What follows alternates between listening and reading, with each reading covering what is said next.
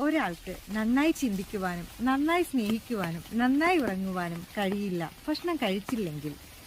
ഭക്ഷണം ഇഷ്ടപ്പെടുന്ന ആളുകൾ എല്ലായ്പ്പോഴും മികച്ച ആളുകളായി കാണപ്പെടുന്നു. അത് ആത്മാവിന്റെയും ശരീരത്തിന്റെയും പോഷണമാണ്, യഥാർത്ഥത്തിൽ സ്നേഹമാണ്. ഇമ്മിണി ബല്ലി അടുക്കളയിലേക്ക് ഏവർക്കും സ്വാഗതം.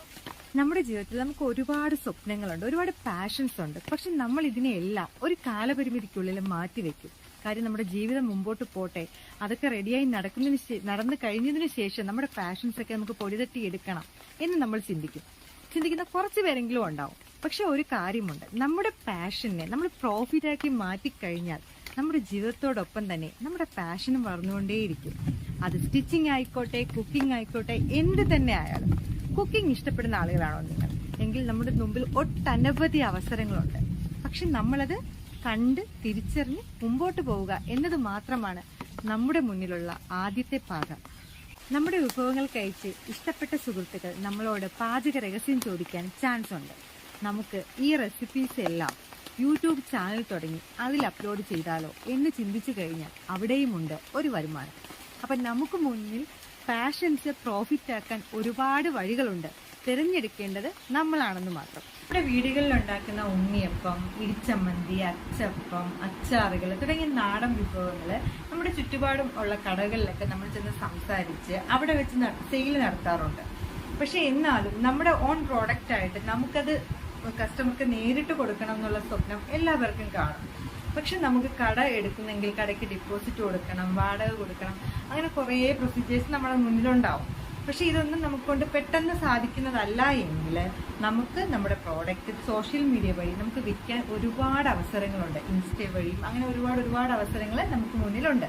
അങ്ങനെയൊക്കെ ചെയ്ത് നമ്മുടെ പ്രോഡക്റ്റുകൾ വിൽക്കാൻ നമുക്ക് മുന്നിൽ ഒത്തിരി അവസരങ്ങളുണ്ട്. നമ്മൾ യൂട്യൂബിൽ ഫുഡിന്റെ വീഡിയോ ഇടുന്നത് പോലെ തന്നെ നമുക്ക് ഫുഡ് വ്ലോഗായും ചെയ്യാൻ കഴിയും. യൂട്യൂബ് പോലെ തന്നെ സൈറ്റുകൾ, വ്ലോഗുകൾ ചെയ്യുമ്പോഴും പല കമ്പനികൾ പരസ്യമിടുന്നു. അതിൽ നിന്നും നമുക്ക് ഏണിങ്സ് ഉണ്ടാക്കാം. പുതിയ വിഭവങ്ങളും ചിത്രങ്ങളും ഓൺലൈൻ വഴി ബുക്കുകളാക്കി നമുക്ക് ഓഡിയൻസിലേക്ക് എത്തിക്കാൻ കഴിയും. പഠിപ്പിക്കുക എന്നത് ഒരു കലയാണ്, പാചകം എന്നത് മറ്റൊരു കലയും. ഈ രണ്ട് കലകളും കൂടി ചേർത്ത് നമുക്ക് എങ്ങനെ പ്രോഫിറ്റ് ഉണ്ടാക്കാം? നമുക്ക് കുറേ റെസിപ്പീസ് അറിയാം, അതുപോലെ പുതിയ റെസിപ്പീസ് നമ്മൾ കണ്ടുപിടിച്ചുകൊണ്ടിരിക്കുകയാണ്. ഇതെല്ലാം അറിയാൻ ആഗ്രഹമുള്ള, ആൺ പെൺ വ്യത്യാസമില്ലാതെ അറിയാനും പഠിക്കാനും ആഗ്രഹമുള്ള ഒട്ടനവധി പേർ നമ്മുടെ ചുറ്റുമുണ്ട്.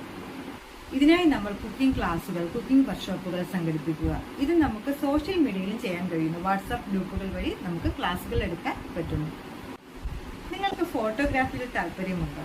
പൂക്കളുടെയും പൂമ്പാറ്റകളുടെയും മരങ്ങളുടെയും ഒക്കെ ചിത്രങ്ങള് നമ്മൾ കൗതുകത്തോടെ നോക്കി നിന്ന ഒരു കാലമുണ്ടായിരുന്നു. ഇന്ന് സോഷ്യൽ മീഡിയയിൽ നമ്മൾ കാണുന്നത് എന്തൊക്കെയാണ്?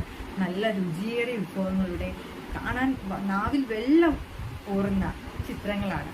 ഈ ചിത്രങ്ങളിലുമുണ്ട് ഒരു പ്രോഫിറ്റ്. അപ്പൊ ഇത് ഞാൻ ഇന്നൊരു ഔട്ട്ലൈൻ മാതിരി പറയുന്നതേ ഉള്ള മെയിൻ വീഡിയോ, അതായത് നമ്മുടെ പാഷൻസ് എങ്ങനെ പ്രോഫിറ്റ് ആക്കാം എന്ന് ഉള്ള വീഡിയോ ഉടനെ വരുന്നതായിരിക്കും.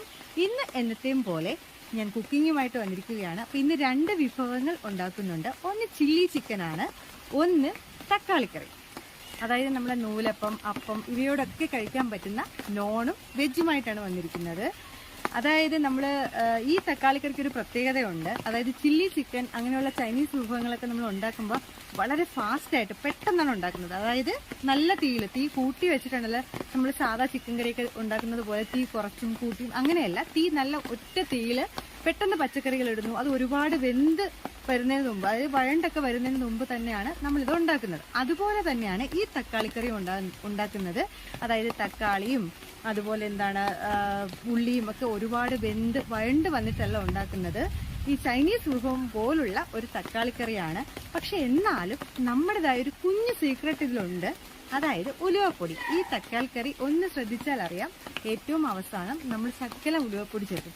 അതാണ് ഇന്നത്തെ തക്കാളിക്കറിയിലെ സീക്രട്ട്, നമ്മുടെ സിഗ്നേച്ചർ.